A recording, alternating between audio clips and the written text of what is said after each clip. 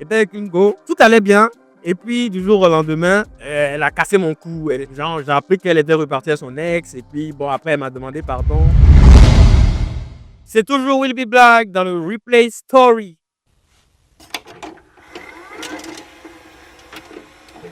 Plus qu'il en pouvait, Papa God l'a réparé, c'est lui mon commandant.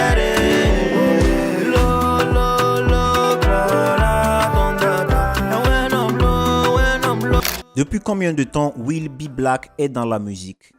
Si je dois compter, franchement, on va dire que j'ai commencé ma carrière solo dans les années 2017. Donc 2017-2025, au moins 8 ans, 7 ans, je pense, un truc comme cela. Mais bien sûr, bien avant, j'essayais dans mon studio home. J'avais un ordinateur, j'avais un micro là, je branchais et puis je m'enregistrais moi-même avec des petits logiciels comme Mixcraft et tout ça. Et puis après, j'avais un groupe, Cool Team. Le groupe n'est pas allé loin et puis bon, j'ai décidé de continuer moi. Les autres, ils sont allés faire d'autres travaux plutôt. Et moi, j'ai dit non, moi je veux continuer dans la musique et puis voilà, je suis toujours là. Quel est l'artiste qui a marqué un tournant décisif dans ta carrière musicale? Moi, je vais dire, il y a deux artistes qui m'ont vraiment inspiré. Je vais dire Blaze et puis Gims. Je voulais mettre T-Pain, mais bon, pour moi, ça fait partie un peu de la même famille.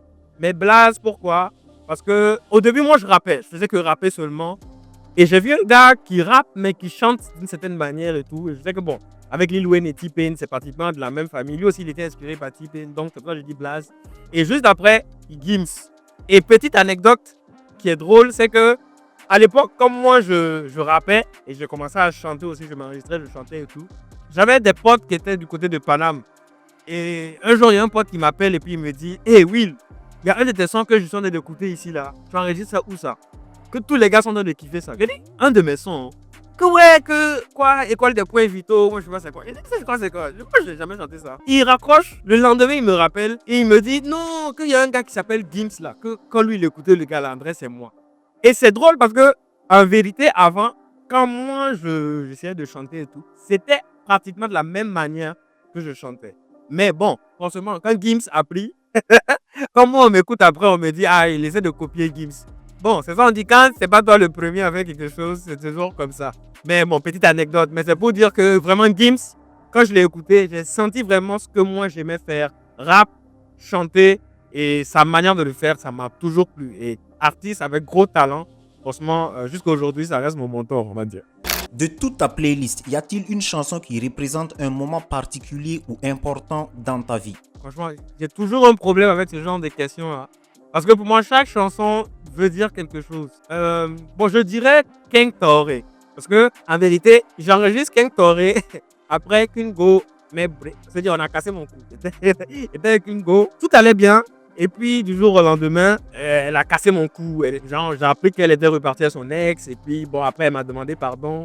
Quand je me suis dit que non, tout allait bien, elle est venue devant ma porte pour me dire c'est fini. Ah non, c'était chaud. Ça m'a choqué.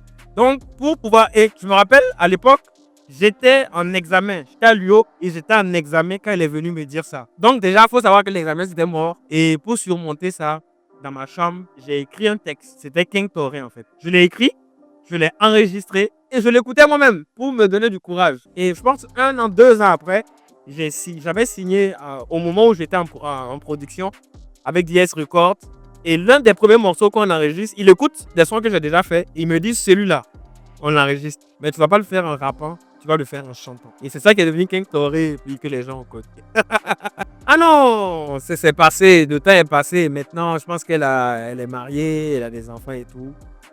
Donc voilà. Mais on va dire quelque chose de mal, il y a quelque chose de bon. Parce que grâce à ça, King Touré est sorti et puis c'est l'une des chansons que les gens ont vraiment adoré de Will Be Black. Donc, je ne sais pas si je dois mal parler ou bien parler. Donc, je vais vous dire seulement que Dieu nous bénisse. Quel est ton objectif ultime dans la musique? En fait, moi, mon objectif dans la musique n'a jamais changé. Ça a toujours été la même chose. Je me rappelle, à l'époque, je regardais à la télévision, je regardais des artistes burkinabés que j'adorais, hein, mais il y avait un style de musique que je n'entendais pas. Et je me suis dit, si cette place est vide, moi, je vais essayer de remplir cette place-là. De faire de telle sorte que quand les étrangers arrivent au Burkina Faso, ils se disent « Waouh, ça c'est la musique burkinabé. » Non, c'est trop vénère. Ça a toujours été dans mon esprit. C'est pour ça j'ai toujours mis la barre assez haute quand je sortais des morceaux pour que vraiment, quand on dise Burkina Faso, on respecte vraiment le drapeau.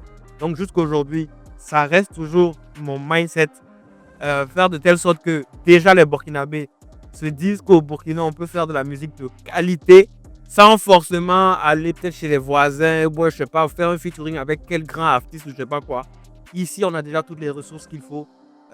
Donc voilà, ça reste mon objectif. Et puis, arriver à un moment où je puisse produire aussi des artistes, parce que j'aime tellement la musique que j'aimerais par moi aussi que des artistes puissent avoir leur chance aussi. Peut-être nous, on n'a pas eu cette chance que plein de personnes soient derrière nous, mais comme on dit, chacun a son destin, chacun a son parcours. Et puis, c'est ça qui fait un homme en fait. Donc, vraiment, c'est mon rêve, c'est mes deux rêves comme cela. Arriver à imposer la musique burkinabé, faire de telle sorte qu'on nous respecte et pouvoir produire des artistes. Voilà. Famille, c'était Will Be Black dans Replay Story.